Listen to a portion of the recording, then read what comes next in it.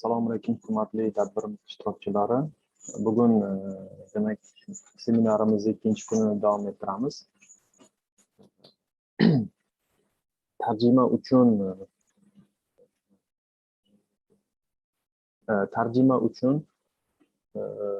quyida tanlashingiz mumkin.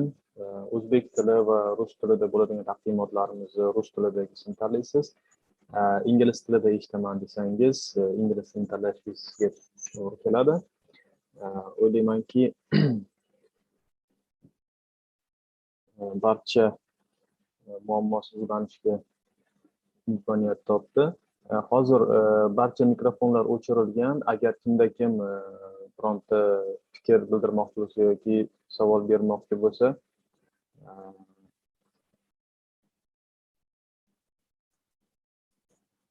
belgi berishlari mumkin yoki chatdan yozsanglar biz xabar beramiz.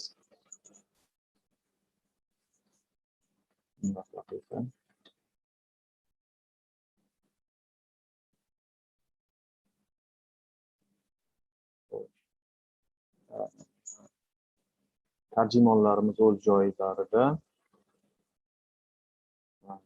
Demak, taqdimotchilarimiz ham onlayn biz bilan.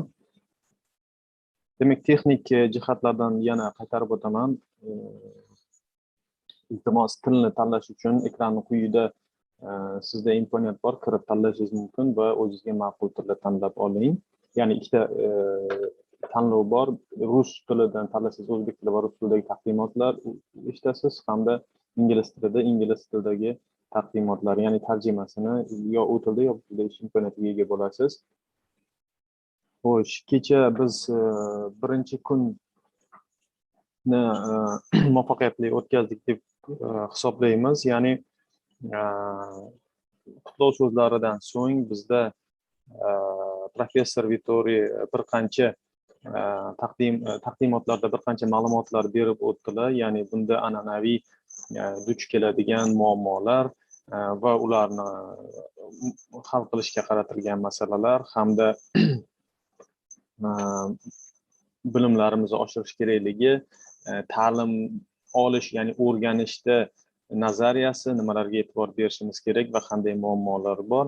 Shular bilan birgalikda bizda professor Said Islomxon Usmonov domlamiz, Toshkentdagi Turin politexnika universiteti professori, Eramka loyihasi koordinatori ham O'zbekistonda qanday pedagogik metodlar qo'llanilishi, usullar qo'llanilishi haqida to'xtalib o'tdilar. Aynan o'zlari ta'lim berayotgan oliy ta'lim muassasasi misolida. Va biz rejaga asosan kecha yig'ilishimizni yakunlagan edik.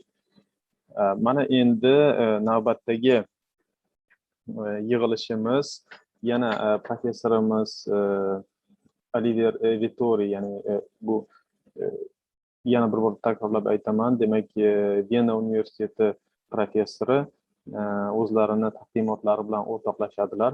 Agar sizlarda savollar bo'ladigan bo'lsa, iltimos ularni chat orqali yozishingiz mumkin. Biz ya'ni o'ziga qulay bo'lgan tilda biz uni tarjima qilib albatta taqdimotchiga yetkazamiz. Shu bilan birgalikda ikkinchi taqdimot bizda professor Rixsiy va Gulchehra Shavkatovna tomonidan, ya'ni Toshkent davlat sharqshunoslik universiteti rektori, shu bilan birgalikda oliy ta'limdagi, ya'ni Erasmus dasturi doirasida oliy ta'lim ekspertlar guruhi a'zosi, O'zbekiston Respublikasi oliy ta'lim tizimi 20-30 yilgacha rivojlantirish konsepsiyasi haqida ma'lumot beradilar. O'ylaymizki, navbatdagi taqdimotlarimiz ishtirokchilarimiz uchun juda ham qiziqarli bo'ladi va sizlardan faol bo'lishingizni, o'zingizlarga qiziqadigan savollar berishingizni so'rab qolamiz va taqdimotchilarimizga muvaffaqiyat tilaymiz. Marhamat, professor Vittori, so'z sizga.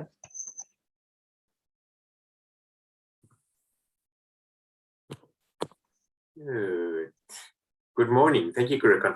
That was a very short introduction and a short sum up of yesterday. As you can see from the light here with me, it's still dark here. And I hope you have. Okay. I thought you can see that I myself are rather gray in front of the background. That has a lot to do with the natural light not being fully here. Good. Some of you have come back. That's a good sign. Not all, but some. And I don't know what Kudracon and the Erasmus office have promised you, but we will see what we can do. Before I really start, I would need to understand how you are this morning. Now, it would be nice to hear from everyone, but this might be a bit too long. So let's try something different. I share my screen, but not for a presentation. Let me just see if it works with the normal screen as well.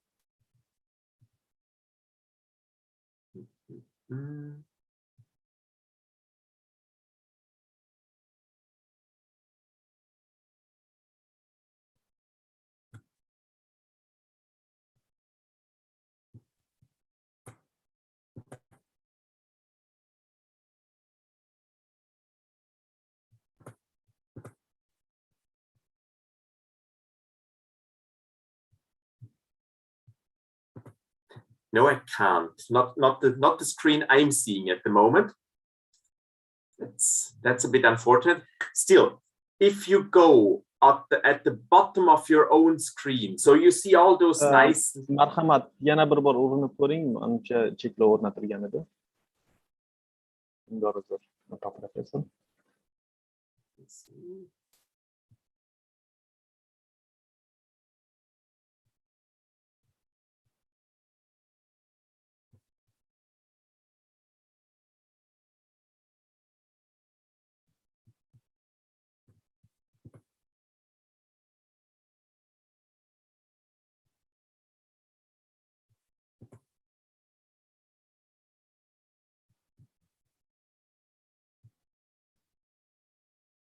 Yeah, but the browser and not the full screen.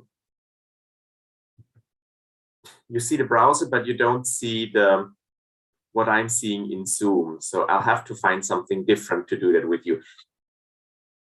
If you go to the bottom of your own Zoom page, so you see all these nice little video inlets, and at the bottom of your own screen, you see this very nice little smiley with reactions, right? I don't know how it is, what the word would be in Uzbek or Russian, but in English it's reactions.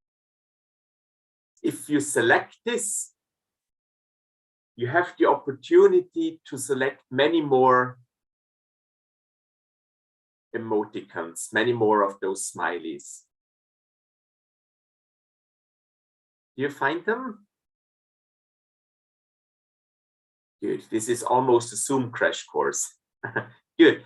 If you now have them, please choose the one and post it that shows the best how you're feeling at the moment. Even if it's a crying one. And if you feel yourself like a cat, then choose the cat, just for me, so I know how you're feeling at the moment.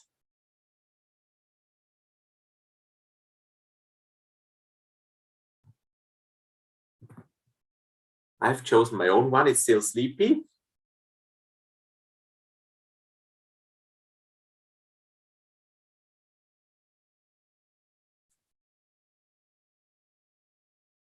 And now I'm looking forward to see your virtual faces.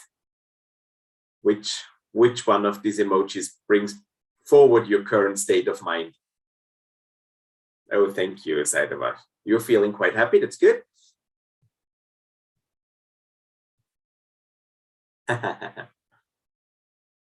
It seems everyone is sleeping in real.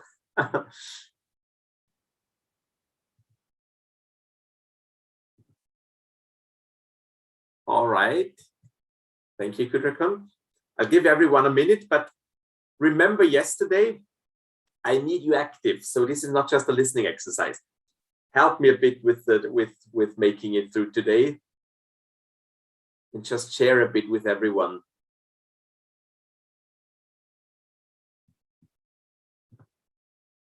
Okay, excellent. I see some popping up. Wonderful.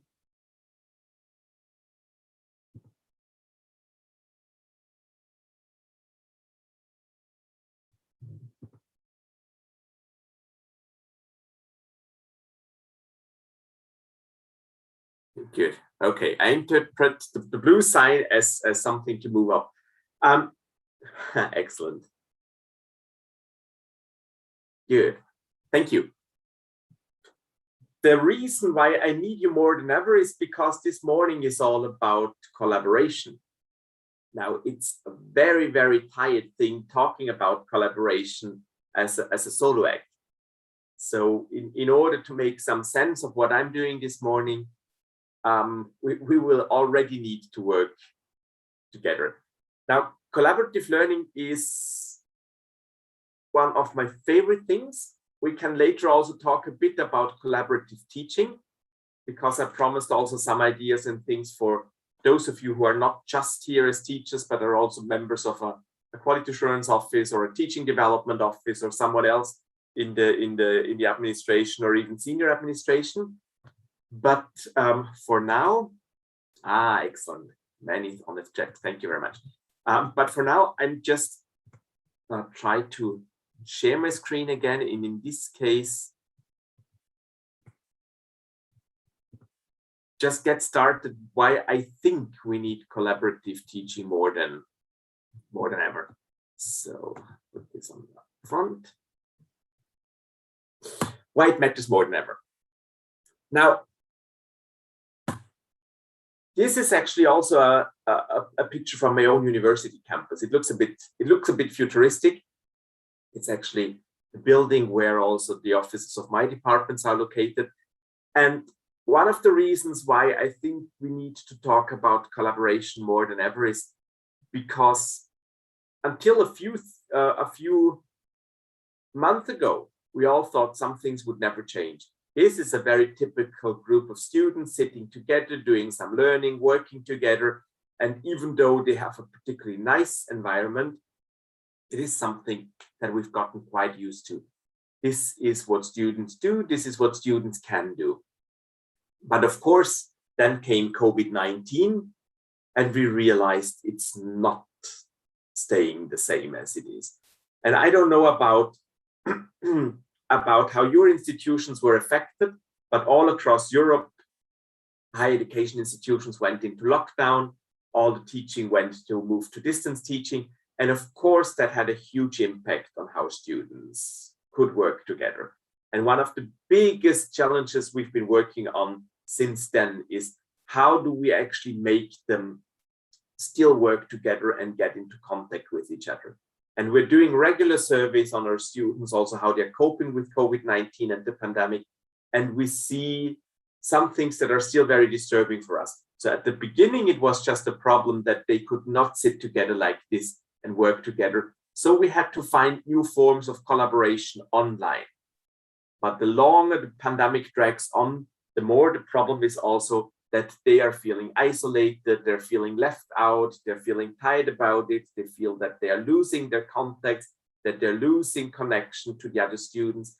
So even though we now have these great technological opportunities, and we can also now get together via Zoom, we can get together via Microsoft Teams, there's half a dozen solutions out there which higher education institutions are by and large using. And of course, it gives us an opportunity also through social media to stay connected, but it's not exactly the same. So a bit later, I'm also going to talk about how we can overcome that in an online setting and what we can do in an online setting with the students.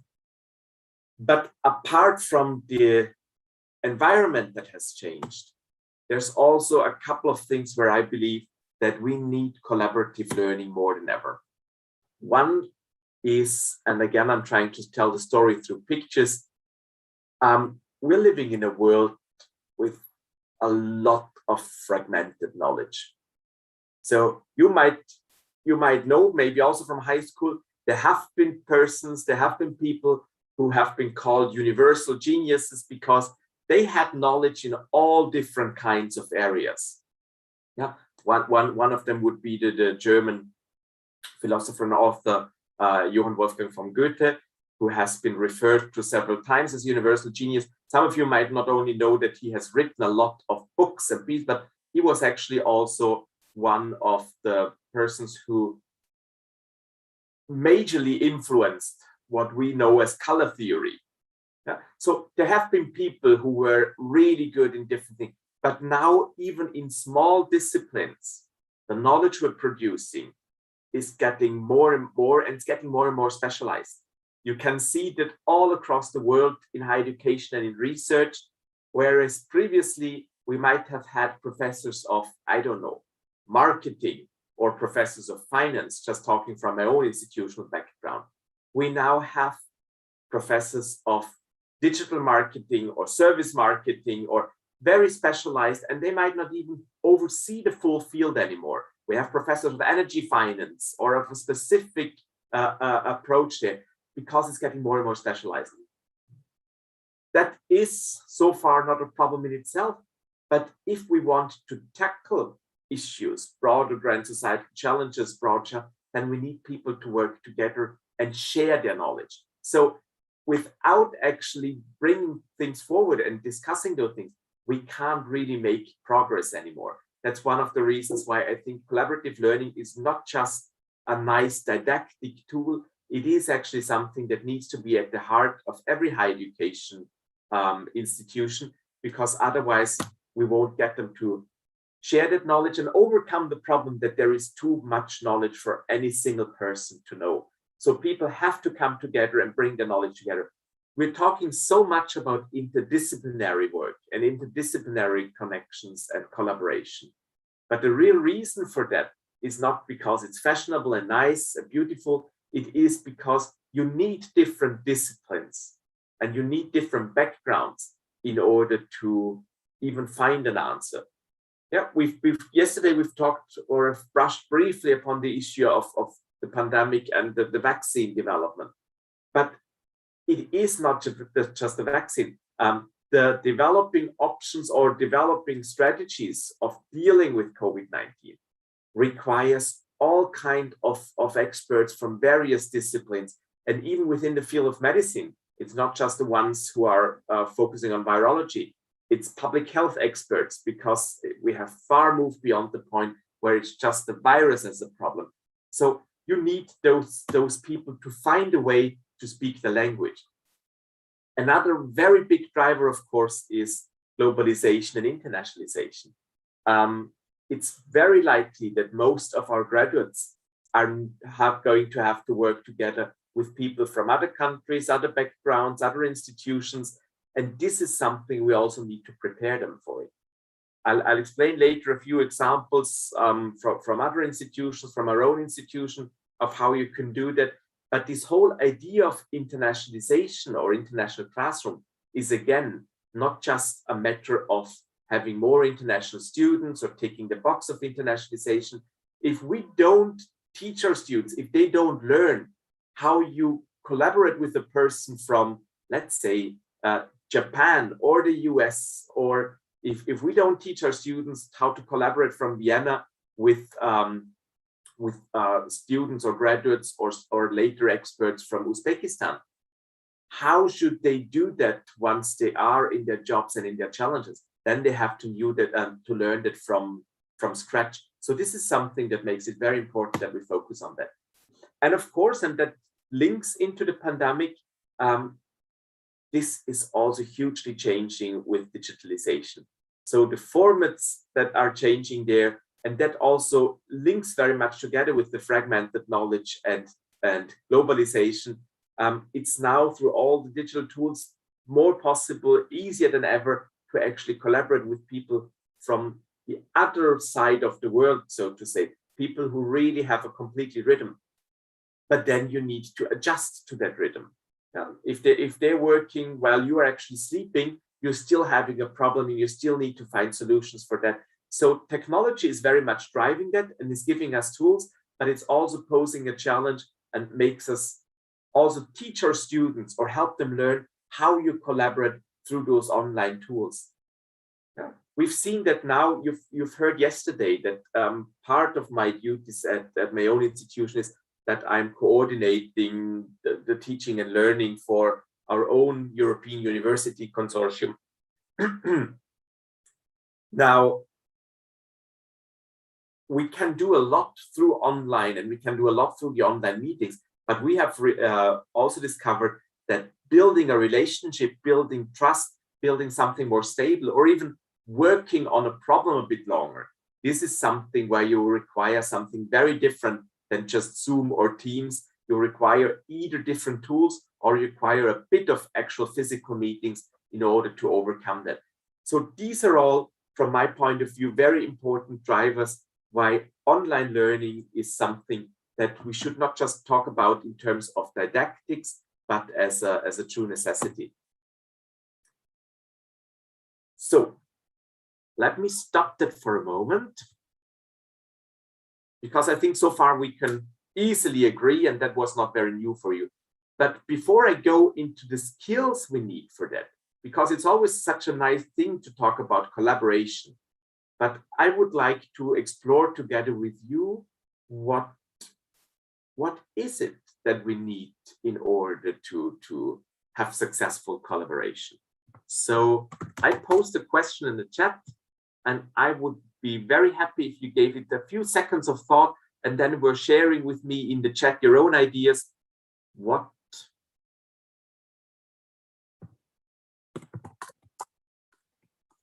do you need to work successfully or effectively?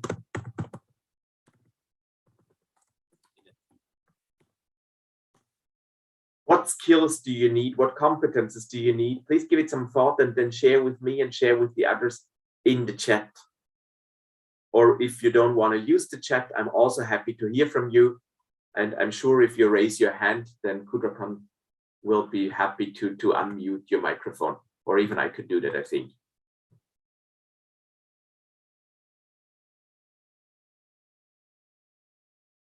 Good. Thank you.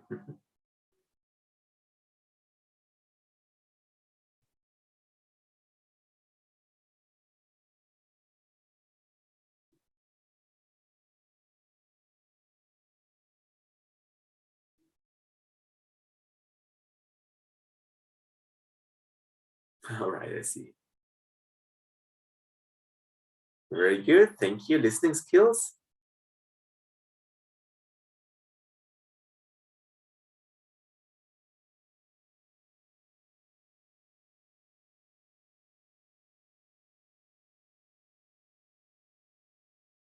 Okay. Thank you.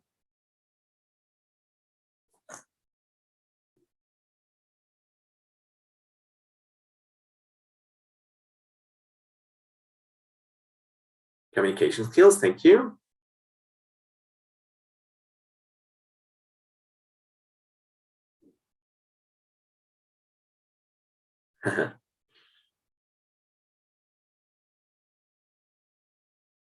Please continue typing for those of you who are waiting. Excellent.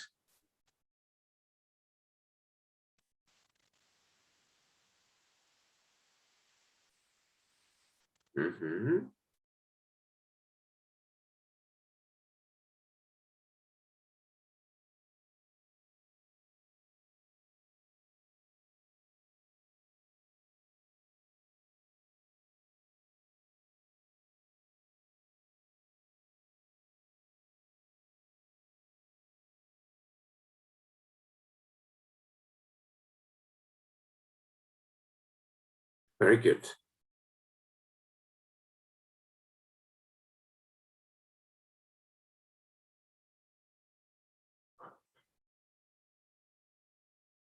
Very good. I had 10 answers as a minimum threshold for me before moving on, but we're approaching 15 and I'm happy.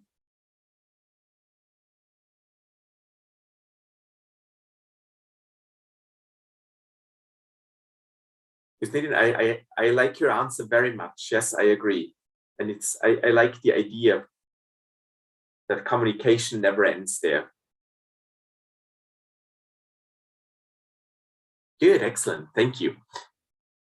I've seen, just waiting.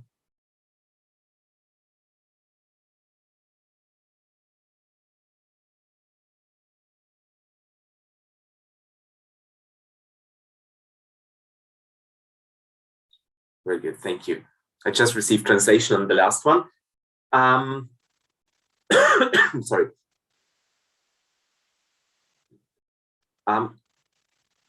I see you're all very used to working in teams and you have all your experience with that.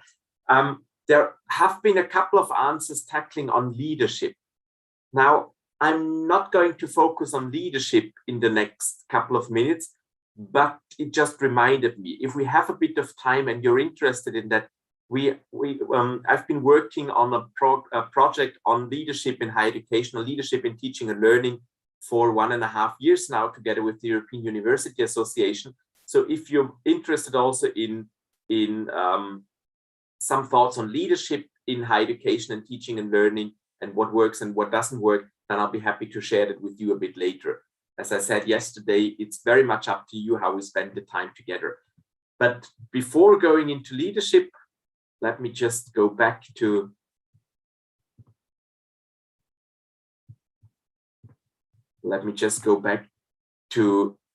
the skills. And I think this is something that is very much in line with what you have found yourself. So when we were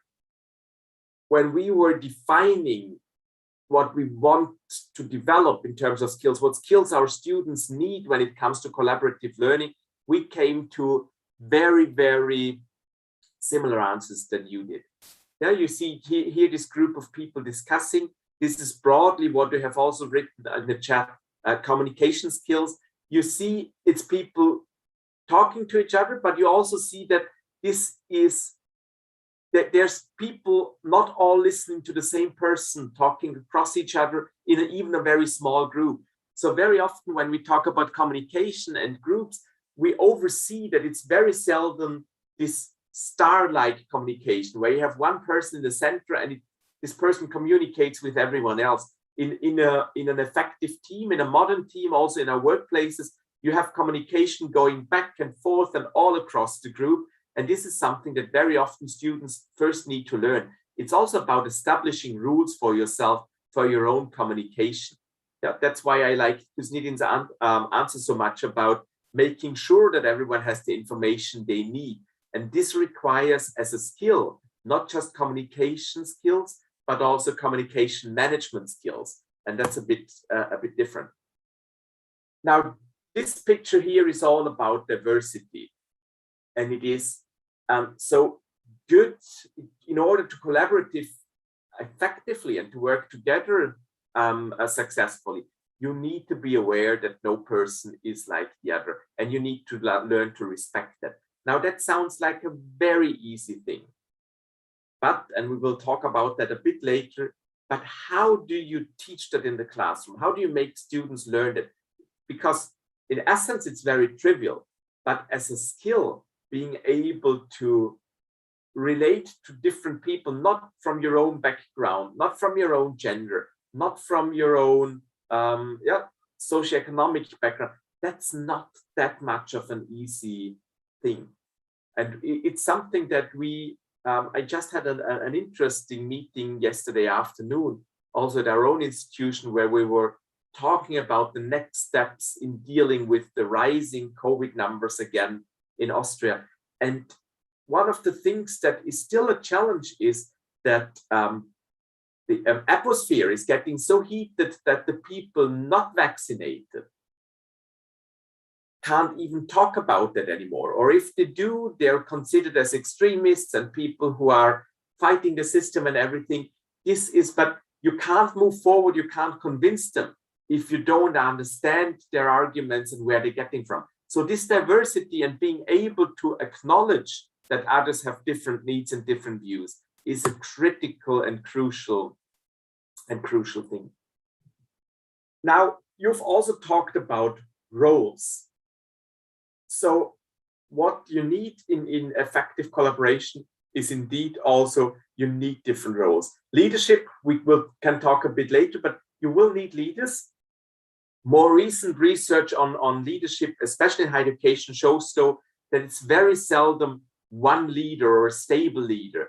In research, you more and more find the notion of distributed leadership, of shared leadership, especially when it comes to expert groups. And how you make that work, of course, is also something that people first have to learn. But it's not just the leaders, it's moderating skills. You need very often in effective groups, you need people who moderate and even mediate if there's a conflict. Sometimes it's the role of the leader, but not all the time. Sometimes you need someone else. You need people setting the rules and arbitrating the rules. And we could always argue that this is the person who should lead the group. But as I said, in most of our student groups, that's not going to work that way because the students don't vote or don't elect the leader from their group. And you don't also do that usually in the working context. You might have a project lead, but that's not always the same as leading the collaborative team. And that's not always the only leader you might need. So being aware of the different roles, making students understand those different roles is a very, very big issue when it comes to those skills. And then back to communication. This is also, and that's why I like this picture a lot. It's not about closing the eyes or shutting your mouth, but it is also about knowing when to speak, knowing when to listen, and also sometimes knowing when to ignore things. Yeah. So this is, and I believe that there's a lot of latent skills that we usually see as people skills and interpersonal skills that we very often overlooked in that regard. Now, the big question, of course, is how do we actually make that work? And what tools do we have? And what formats do we have? And there again, there's a lot of things that have been changing and are still changing. And I wanted to share a few didactic scenarios, a few teaching and learning designs that we're already using at my university or are starting to work on, because again, we believe that this is very, very relevant for the future. This is not just about collaborative learning as we knew it, but it's really about new modes of learning and teaching when it comes to working together. And one of the things we are doing more and more are interdisciplinary labs and interdisciplinary projects. I've already argued with you why I do believe it's not just about interdisciplinary being fashionable, but you need those different background knowledge part to come together. So one of the things we've been doing for a very long time now, it's called the Sustainability Challenge. And this is actually a seminar we're not even doing within our own institution with different disciplines there, but we're doing it in collaboration with 7 different universities all across Austria. University of Life Sciences, Technical University, University of Veterinary Medicine, the University of Vienna, our own university where people have a background in business and economics, because only through those different backgrounds we can actually really move forward and come to new solutions. Now, this is less about didactics, arguably, than about setting it up. It's a hugely ambitious, but also very costly seminar. Costly not in terms of money, but the teachers organizing themselves there. If you have to work across those different institutions, you have to solve different problems, also including how the teaching culture is at those institutions, what students need in order to get a grade. You need to make sure that those students really get together. You need to make sure that the planning of the courses in all 7 institutions, the processes are aligned. And as promised yesterday, I'm not talking to you as teachers in the teacher's role, but from an institutional point of view, I think we need to encourage more of those and we need to make it work. And you might have learned yesterday that the department I'm heading, it's not an academic department. So basically all my colleagues have an academic background, with many of them a PhD, but it is a management department. It's an administrative department. So it's a big part of our role to make this interdisciplinary labs and projects work.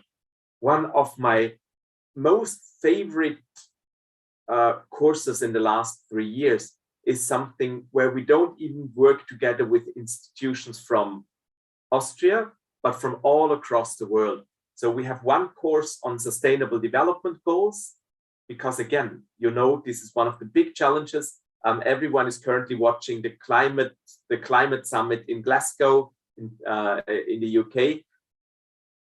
Dealing with the sustainability challenges is a big issue, and it can't be solved by individual persons, and it can't be solved by individual institutions. So what we did is we went together with institutions from Japan, from Singapore, from different parts of Europe. There's a partner from China, which we're currently starting to onboard. And this is a course that takes place at the same time in 7 different institutions all across the world. The teachers there each provide a module online. The students come from all of those institutions, and then they work together in project groups to identify strengths and weaknesses of companies when it comes to the sustainable development goals. And they do that in groups that are never grouped from the same institution, but every time from across those 7 institutions. And there's always a teacher there from one of those 7 universities who guides them, who supervises them, who helps them with that work. This is for an individual course. It's, again, very, very time consuming, but in many ways it is the future. And when we see the feedback of the students, their feedback usually is, this is something they cannot learn anywhere else. Because what they have to learn first is that a graduate student from Japan might not only have a very different mindset, but also very different priorities. There's the time lag, there's different cultures of how you work together, and they have all to solve these things before they can actually move forward. Another thing that is very current, and I think it's something that you all will have to deal with or think about in the very near future, actually. You see those 2 people sitting here. And it's basically, it could be a grandmother and her grandson. But what I like about the picture is, it shows that we have now entered a world where it's not so easy anymore saying who is the expert. Because expertise is very relative. And in this case, I liked it because the question in this picture would be, who is actually teaching whom? Yeah, you see the grandmother, you see the grandson, and you see the notebook. The laptop is a bit closer to him, so he might probably be the one much more versatile with how to use it. And he might at this moment be showing his grandmother on how to use it, and maybe even send an email to her sister a couple of villages apart. But on the other hand, she has loads of experience. She has learned things that he will only need to learn. So she can also share those things with him. And so what I would invite you to rethink is, usually when we talk about collaboration and working together, it is within the same seminar, and it is in the same context, and it's the same age group, and it's the same group of people that already share a few characteristics. But what I firmly believe is that in the future, we need a bit more of, as I call it, mentoring and reverse mentoring. So people with very different backgrounds and from different generations even coming together and doing that. Now, we've been doing that for quite some time, matching graduate and undergraduate students. So the undergraduate students were working on a project and the graduate students were supervising them. That's not very common, but it's also something that more institutions do. You have older students supervise or mentor younger students. But what we have just recently started is matching our graduate students, the younger ones, with the older postgraduate and executive students. So we have a lot of MBA programs or continuous and lifelong learning programs. And what is lifelong learning? Yeah, it's not that different from what we are actually doing in higher education. So we have now started some first seminars where those executive students are supervising student projects, giving them feedback, because many of them already have a lot of work experience. And on the other hand, it's the students who have a bit more of a fresher knowledge, because they're just learning that, and might have a different knowledge than those who started and stopped their university education 20 or 30 years ago. So they're also kind of reverse mentoring the project of the executive students, helping them with them. And this is a huge game changer, because when we really want to take lifelong learning seriously, it means also it can't always be the teacher teaching all of those different knowledge levels. We need a bit more of a different setup. This is something I already referred to with the example of the course. We see that now basically everywhere across Europe. So those collaborative online courses, COIL courses or COL courses, you will have seen them. They're kind of emerging now everywhere. It is about creating international learning communities. And this is also something I think we all need to think about. Student mobility will recover. So we will come back to physical exchange, and they're even possible again. But they will not come fully back the way they were. People have realized that we need that it's not necessary to move for a whole semester to another country to obtain 4 courses there, when you can stay at home and participate in 6 different courses that you share with different institutions and different students. So if you don't know what a COL course is, we can talk later about in the Q&A session, but these are all basically setups of courses that are taking place online, but with students from different institutions, teachers from different institutions, and they are basically doing what you would do in an exchange seminar course, but online. And of course, you're doing that differently because didactically, it's very different. But one of the things that we see all across Europe as well is it's now as easy as never to get international lecturers and international teachers to participate in the classroom, even if it's just for a guest lecture. Because whereas we're getting more and more guests from overseas, because now we don't need them anymore to come and fly here and then stay for 2 weeks. We can invite them basically for half a day. We can do that online, and students can still benefit from their expertise. I'm doing more workshops than ever. Usually I wouldn't have said yes, probably, even though I'd love to come to Uzbekistan to this one because it came on such a short notice. So if I would have to fly there in 3 or 4 working days, including the travel times, if I do it online, it's much more efficiently doable. This is something that is going to stay with us because teachers and experts are getting used to it and students are getting used to it. I'll talk about that a bit later in depth, but this is something that we need to consider a bit more. This is key, and I do believe it's very much overlooked. But again, I said I'll come back to it after the next very short break. We need to talk a bit about peer feedback and how to make assessment a part of this peer learning and collaborative learning. And you might remember, those of you who were here yesterday, how I ended up with assessment being a very important driver of learning. I would like to revisit that notion in a few moments. Now, a bit more creatively, this is serious and this is not a joke.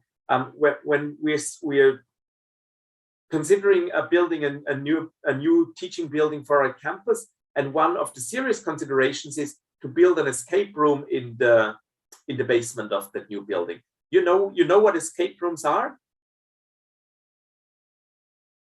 Have you ever, if you could briefly show me through raising your hand or through showing me in the chat, has anyone ever been in an escape room or done that? Then just write yes in the chat so I know you have. Good, I see one hand raised, thank you.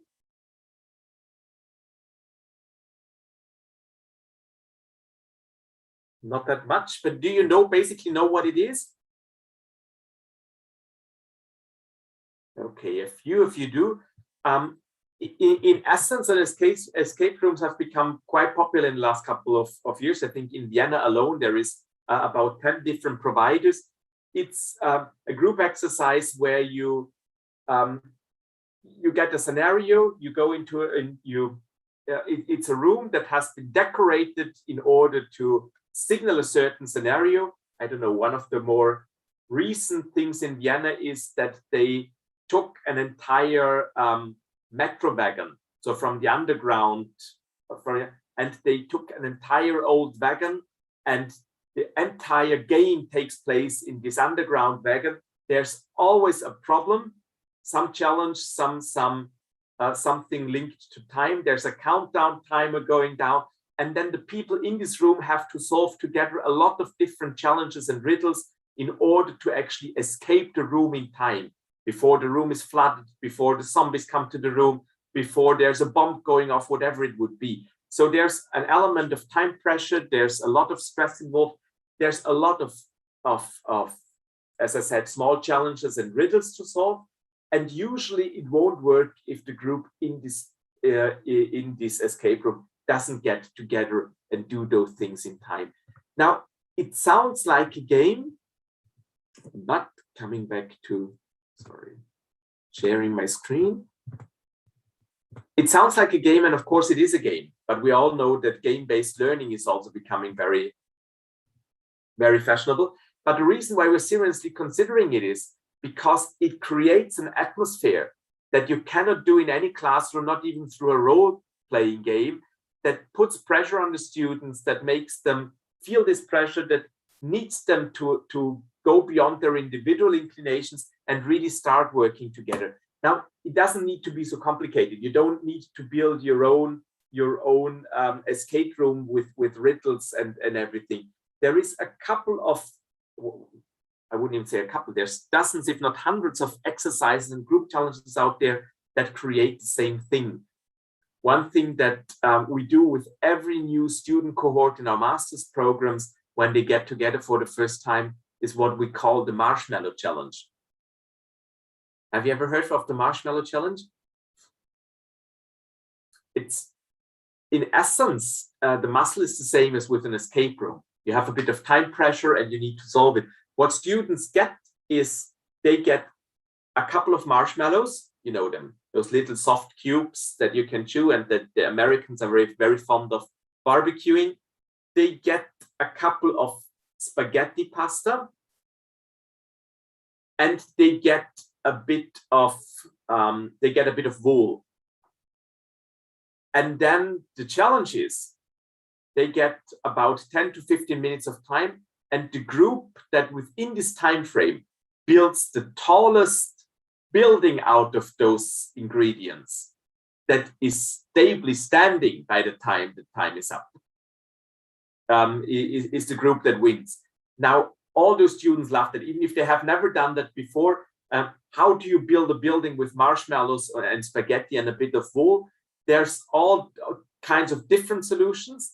But again, it's a perfect icebreaker and it's a challenge. Immediately, they need to find a situation where they can actually develop those roles we were talking about. Someone needs to take the lead, but there will be competing ideas of how you can do things. You have more hands than you need, but you also need to make sure that no one is really left out. So this is a very beautiful, very quick exercise that already shows people what they need in order of working as a team, far better than just telling them, there is the seminar work, please do it together, do it until the end of the year.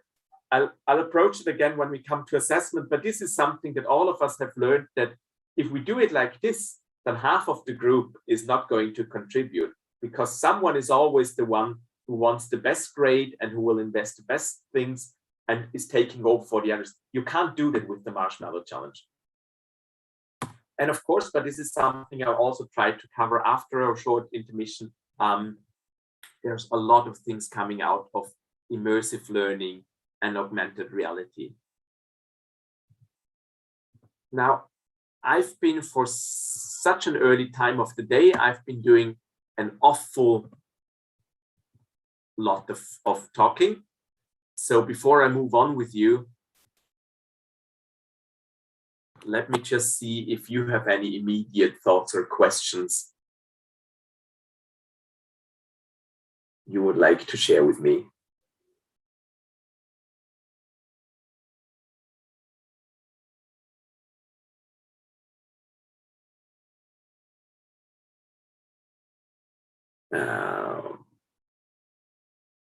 No questions?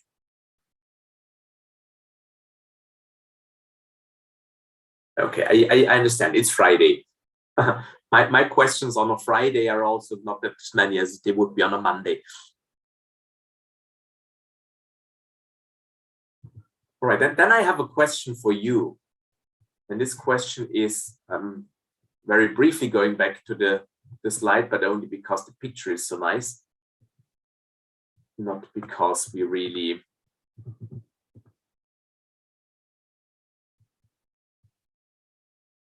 need that. But the question for you would be, most of you are also teaching, and you are teaching with students in groups, you are teaching with formats of collaborative learning. So I've shown a few of the things where I see the future when it comes to collaborative learning, some newer learning formats that we can deal with. But overall, I mean, as I said, we will not all build ourselves escape rooms or do a mentoring, reverse mentoring scheme. So the question is, and these are all examples here in the pictures where you need those people, where you need the experts, the graduates later working together. Yeah, you can't operate if you don't have a really, really good operation team. And the same is with this group here hiking through the Arctic. You have a problem if you're not very good at teamwork there. But the question for you is now, how do learners develop the necessary skills? If we don't go through the Marshmallow Challenge, and arguably this is something that shows them how important it is to work together, it's not about skills development, it's only a 10 minutes exercise. So how do you teach your students, how do you make them learn how to work together and how to work collaboratively? And now there's no escape for you. So if you have no questions, then it's fine, but you will need to have answers.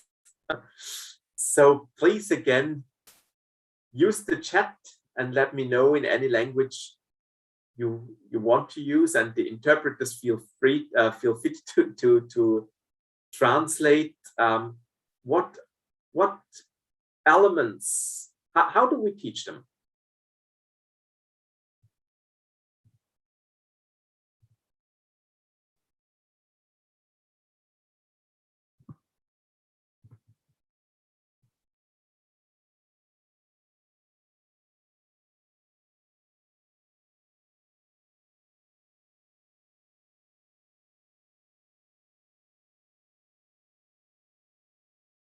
And again, if this is any kind of incentive, I'm only going to move on until we have at least 5 answers in the chat.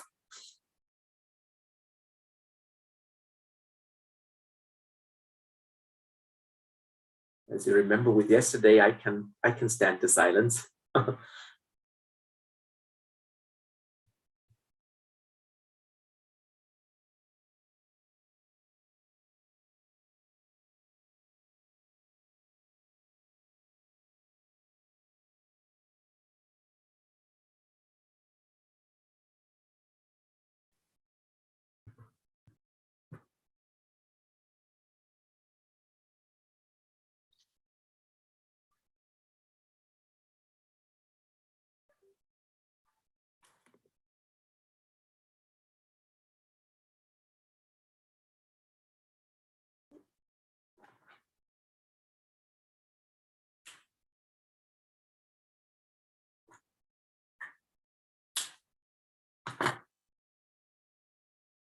Good. So appeal to their interests, find the motivation, give them activities. I agree with the activities, but now I would be curious what activities we can give them to make them work together.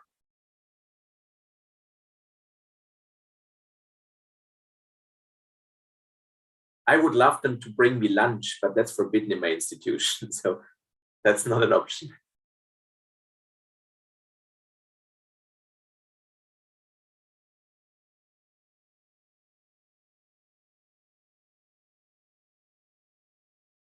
We're still three ideas away from the minimum.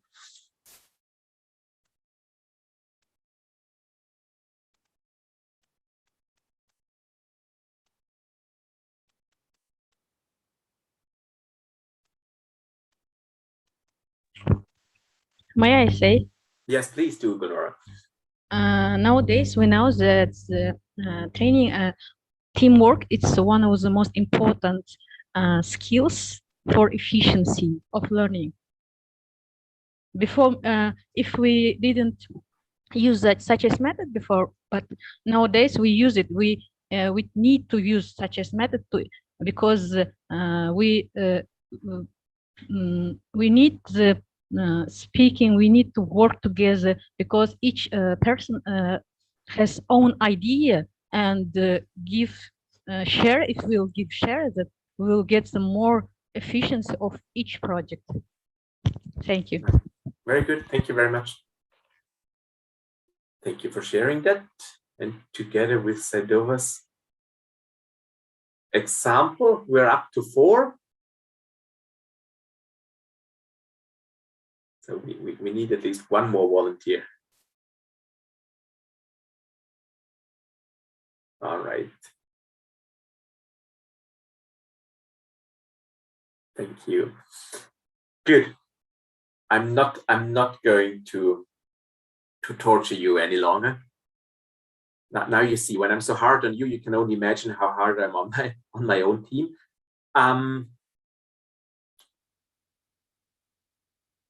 All the examples you've given, I'm perfectly fine. Sometimes I'd like to have a bit more ideas of what those activities are, because the devil lies in the detail. But I fully agree with what you have shared with the others. May I share one idea? Yes, please. When I was in Korea, we use the one method of teamwork. It's connecting with how to analyze the character of the person in the group, and each one before it didn't know how we'll do in this situation in this game. It was a gamification. In this situation, we can clearly how it will can we know how can do in this situation before maybe in use it such a situation, but in the gamification where the different situation, and it's all if even he was in your friends, but in this process you can show another energy, another skills of own. Very good. Very good. I like them. Yeah, sorry. And also I can say that another teamwork, it's with the collocation and the join each person in the group. It's we should know the information about each other. It's also the join. It's also can stimulate the work together. If we'll share one idea with another person in our group. Very good. Thank you. Thank you. Excellent. Thank you very much. This was a very nice example. Now, moving on. Where is it?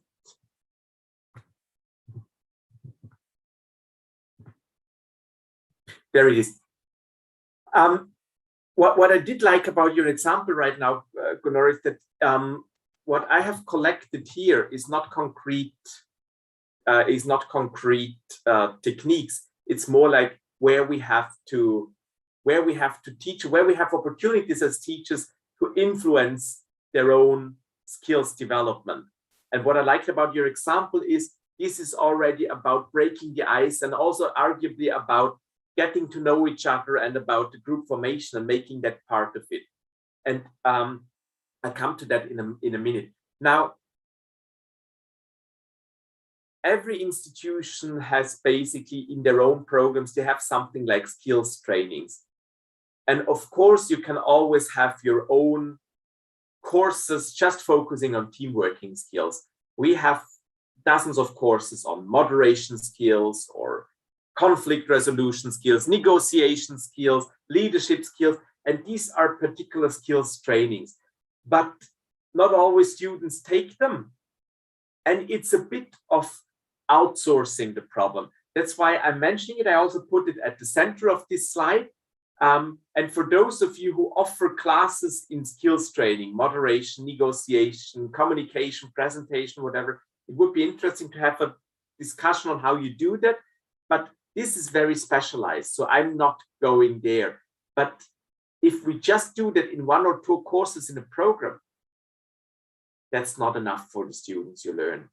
You remember yesterday about the learning theories? Yeah, if it's just in one single course, if it's not about repetition and the opportunity to then apply that, yeah, remember cognitivism, to apply that in practice and really do it, then it's something where we train them, but we can't really make sure that they feel trained. What we do need, and then now you might also realize why those learning theories are going to meet with us again and again. What we need is, we need some didactic elements where this can really be learned and fostered by the students. And I do believe it starts very much with this, what you see here at the bottom of the group working together, with the carefully designed assignments.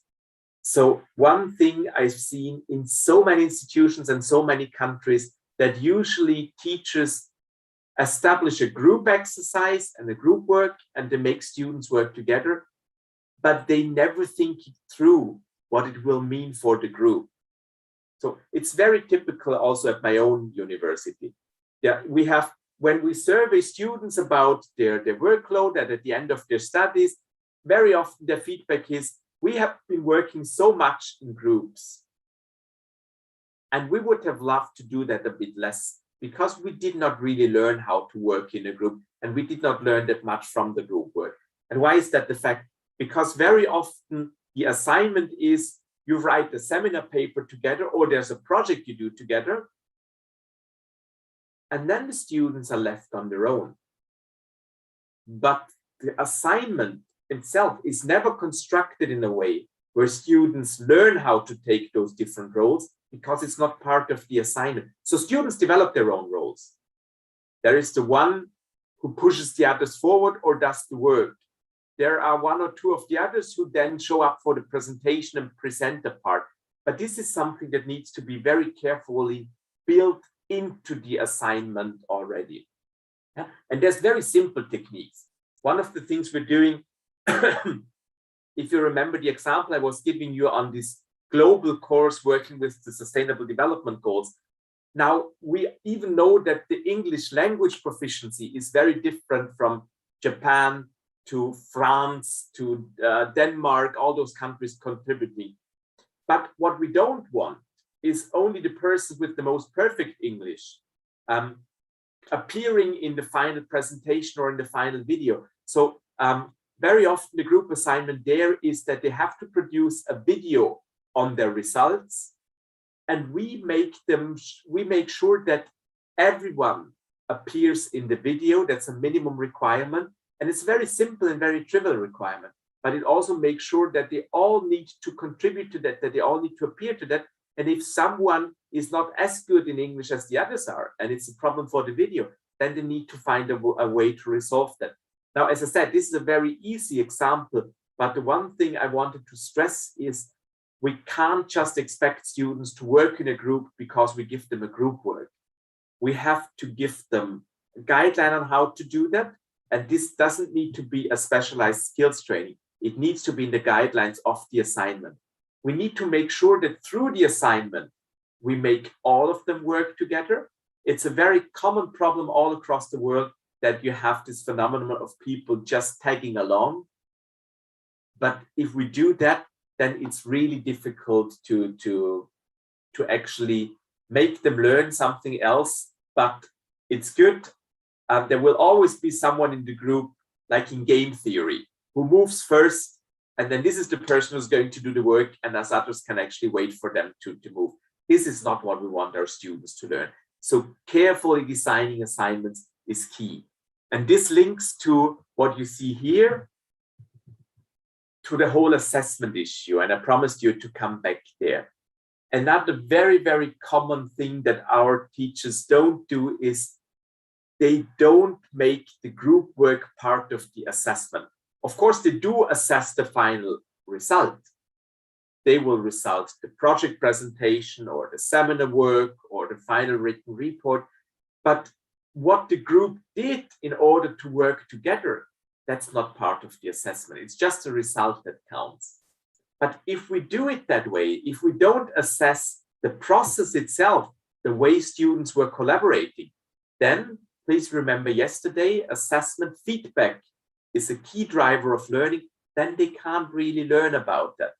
So we are now teaching our own teachers and also teachers from abroad on how to set up a peer assessment and how to actually also assess the teamwork of the group. Make that a part of your final rubrics, make that a part of your final grading scheme, but above all, make the students also be able to assess their own contribution in a group and the contribution of others. Now, I know very often teachers and students are reluctant to do so because there's potential conflict. If you have a group of 5 people, one of them was doing most of the work, 2 others were contributing, 2 were tagging along. Everyone is afraid of the conflict if this comes to the light. But if we don't, again, students learn something very, very problematic. So what we do is we offer a lot of different techniques and solutions of how students can actually give each other feedback and of students assessing each other's work. And one simple technique is after they have done the project, all the students in the group have to rate the contribution or have to review the contribution of the others in the group. You can do that in person, you can do that anonymously in writing. The important part is that it shouldn't be the students grading the other students. Yeah? In most countries, that's not even legally possible. It needs to be the teacher. So the teacher also needs to take a close look at that and talk to them about it. You can do that within groups, but you can also do that between groups. So it's becoming more and more important for us that students also learn to assess the work of others. So very often, if we have a student project work, we hand it then over to another group to give feedback on that, to also give an assessment if they met it. And again, then this is put together with the assessment of the teacher. So what I'm saying is it's not the teacher handing over responsibilities for assessing and grading, but it's enhancing this through the perspectives of the other group members or the other groups. And of course this, and now I'm going to the left side here of the slide, this requires at the end that students and learners are really be forced to reflect on it. Remember, reflexivity, big part of learning, big part of constructivism. So if they see, my self-assessment of my work is far better than what my colleagues see, what my contribution was, then it is something that needs to be discussed and reflected. If the group sees they're actually giving themselves a far harder time and a worse assessment than the teacher does, this is something that needs to be discussed and reflected upon. Learning journals can be a way there also for the groups to put it, but the more important part is that you make that part of the overall reflection of the class. So my basic message here is, and then I come again back to you and the whole group. If we want students to learn collaboration, if we want them to work together, then this is very much not a matter of one single didactic element or one single idea. Then the entire course, or ideally, please again remember yesterday, the program perspective, the entire program needs to build like this. So starting from the formation of the group, how you do that, how you work together, to how you design the assignments they get, to how those assignments are assessed and get feedback, to how this is finally reflected on by the teachers and the students. All those elements need to fit together if students really should learn how to work better as a team, how to improve their skills in that regard. Yeah. And this is just what happens in the classroom. I just stopped it for a moment and share with you. Let's see. and share with you the screen, because while we were talking, I just saw that an email from one of my units went out. Sharing here my email account. I hope you can see it. We have, I told you yesterday, we have what we call learning ergonomics. And there's also a regular newsletter for students on how to learn better and learn more effectively. Let's move to the English language version. Where is it?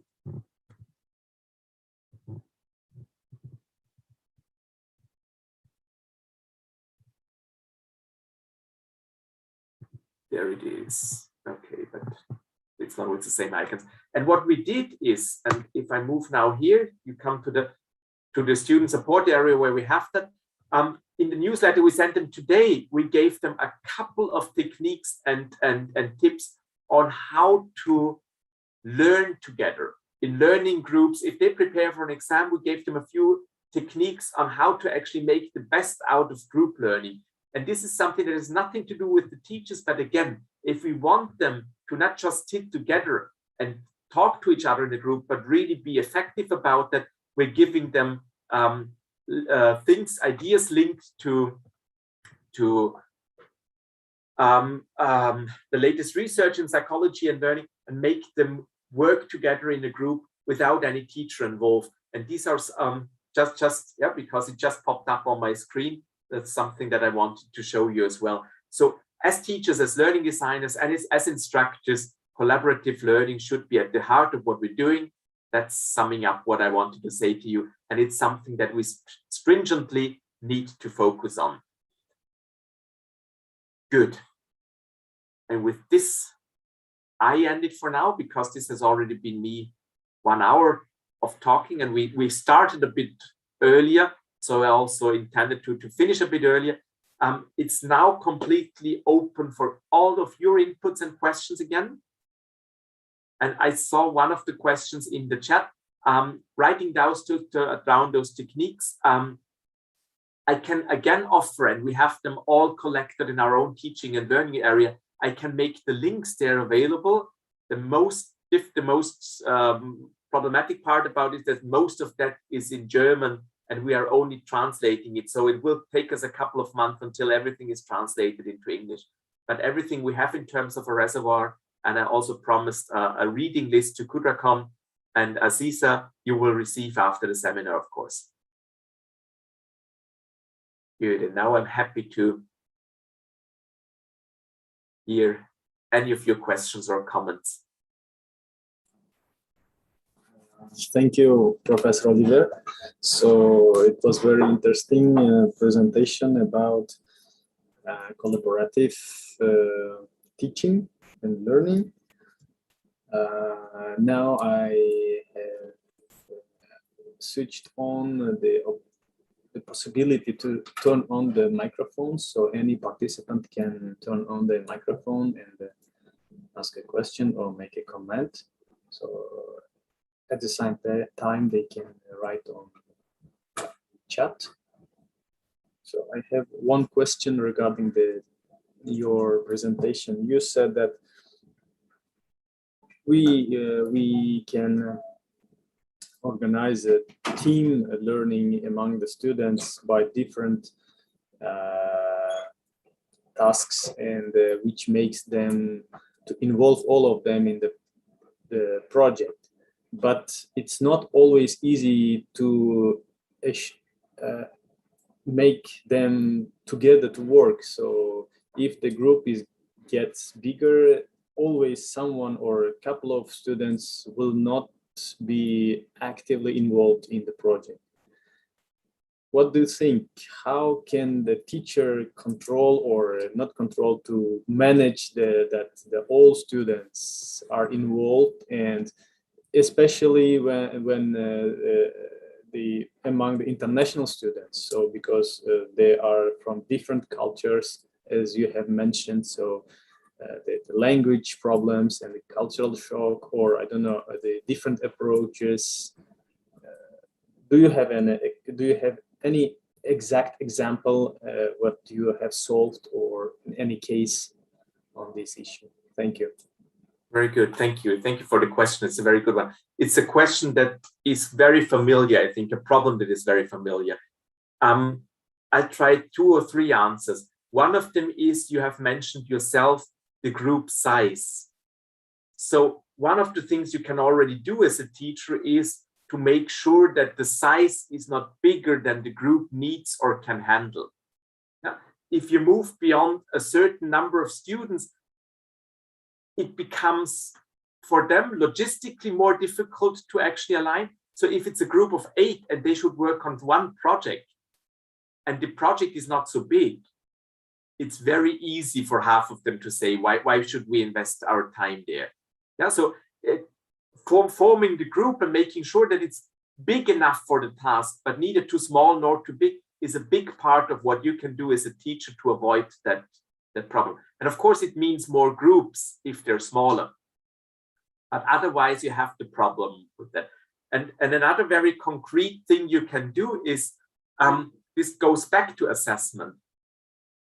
You remember motivation is also competence times value. So they need to see the value of what they're doing. And sometimes students are blind for the value that comes after their studies. They see just the immediate value. So you need to show them that the immediate value is the grade and is the assessment. So it's also, if you just signal, that's what I wanted to say before, if you just signal it's the result that counts, again, some students will depend on the others to make that result work and will be happy with the grade.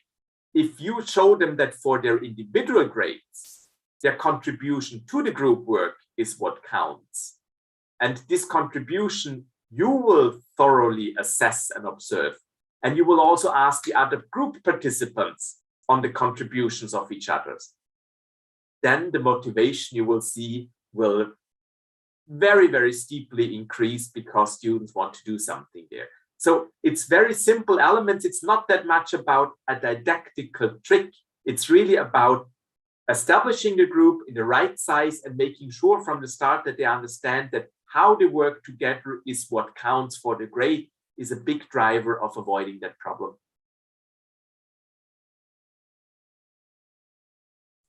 Thank you very much. What about the international classes? I mean, the different cultures. Right. Is there any solution? Right. I mean, apart from the fact that my university has, I don't know, in some classes we have more than 60% of international students. So it's really, yeah, we are a highly international university. So I would say that the difference is not that big. They're students like the others, so the assessment rules and didactic rules are the same for them. But I do understand, especially with exchange students or students that come from a very different institutional background, that can be of a bit of a problem. And what we do is, this is something that the individual teacher cannot really resolve on his or her own. What you usually can do is you try to avoid a group where it's only the international students, but make sure that each of the groups you have from your own students has one international student with them, because that helps them to ease a bit into it and they get more easily socialized in what you want them to do. For classes or programs where you have lots of international students, we work with mentoring students. So we work with the buddy system and mentoring students. But again, this is not up to the individual teacher. This is up to the program director or the university as a whole, as an institution. And we make sure that they very clearly explain the rules to those international students and help them understand a bit better of what is required of them. Thank you. Thank you for the answer. And we are ready to accept other questions from our participants. Please. So the questions can be written on the chat, or you can turn on your microphone and ask a question or make a comment.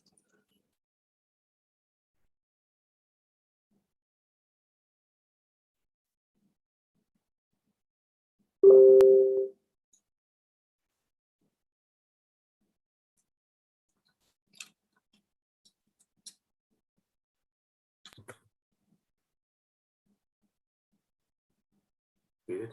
If there's no new questions, Kurakan, could I ask the participants again? You remember that from yesterday. So I do understand, as I said, it's Friday, but we all seem a bit more tired than yesterday. So I just need you again to show me, you remember yesterday with the thumbs up or the green button or the red button, if what I'm doing today with you, if it works for you or if it doesn't work.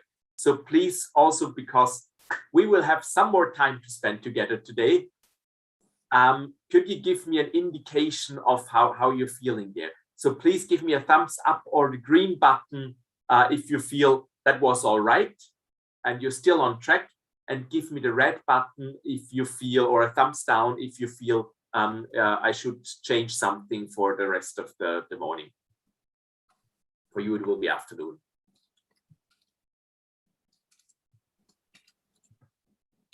But you need to give me at least some sign. Thank you. I see some very cautious. Okay, thank you.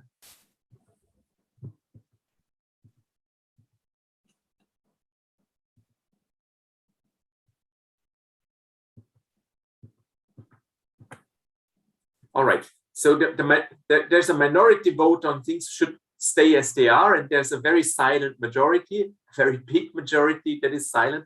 Okay, so if again you want to approach me privately, then just write in the chat and tell me if you need something different.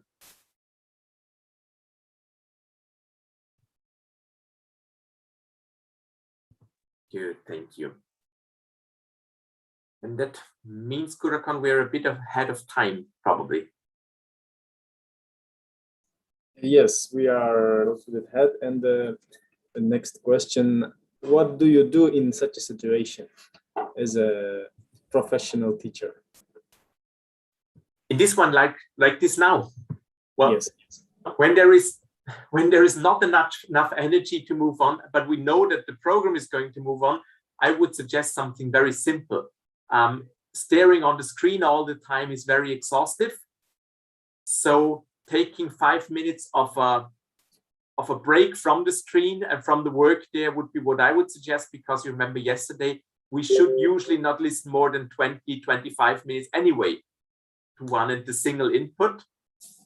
So depending if that's all right with you, I would suggest to take a 5-minute break and then move on with the rector's presentation. Okay, it's a perfect suggestion. Let's have a 5 minutes break and everyone back in 5 minutes. Thank you.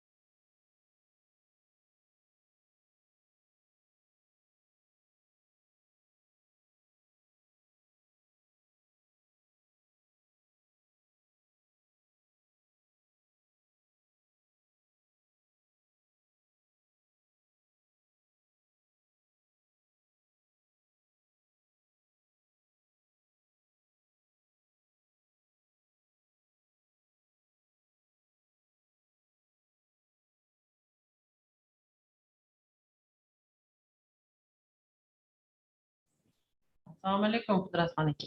Yaxshimisiz? Assalomu alaykum. Sharif aka, yaxshimisiz? Yaxshi eshitilyapti mani gapim? Ha, Normal? juda ham yaxshi. Sizumsiz ishlarda yaxshimi? Tushunaman. Ha, zo'r. Demak, taqdimot qilishingiz mumkin bemalol. Mana Ha, bu taqdimotim bor. Ha, O'zingiz to'g'ri kuzatib beribsiz, rahmat. demak, navbatdagi taqdimot bizda professor Gulchehra Shavkatovna. Boshlaymizmi? Demak, O'zbekiston Respublikasi oliy ta'lim tizimini 20-30 yilgacha rivojlantirish konsepsiyasi haqida to'xtalib o'tadilar. Marhamat, Gulchehra opa. Assalomu alaykum, hurmatli seminar ishtirokchilari, hurmatli Oliver Vittori va hamkasblar. Juda ham xursandman bu seminarda ishtirok etayotganimdan. Juda ham qiziqarli ma'ruzalar bo'lyapti, muhokamalar yana ham jonli bo'lishini xohlagan bo'lardim. Va ruxsat bersangiz, bugungi berilgan mavzu bo'yicha ma'ruzamni boshlasam. Bugungi mavzu hammamizga ma'lum, O'zbekistonda olib borilayotgan juda ham katta bir islohotlar doirasida oliy ta'limga berilayotgan e'tibor va oliy ta'lim bo'yicha amalga oshirilayotgan ishlar haqida bo'ladi va ayniqsa mavzu bo'yicha O'zbekistonda qabul qilingan O'zbekiston Respublikasida oliy ta'limni rivojlantirish konsepsiyasi 2030-yilgacha rivojlantirish konsepsiyasi haqida ma'ruza qilaman va mana shu konsepsiyani maqsad vazifalari va shu kungacha amalga oshirilgan ishlar haqida aytib o'tmoqchiman. Bu konsepsiya qabul qilindi 2009-yil 8-oktyabrda O'zbekiston Respublikasi Prezidentining farmoni bilan tasdiqlandi va mana shu konsepsiya haqida bugun siz bilan gaplashamiz. Ayniqsa hurmatli ekspertimizga bu qiziqarli bo'ladi deb o'ylayman va tegishli savollar bo'lsa taqdimotdan keyin javob berishga harakat qilaman. Taqdimotim ko'rindimi? Taqdimotim chiqdimi? Ha, chiqdi. Mana bu kattalashtirib prezentatsiya rejimiga o'tkazib qo'ysangiz. Ko'rindi. Demak, davom ettirishimiz mumkin.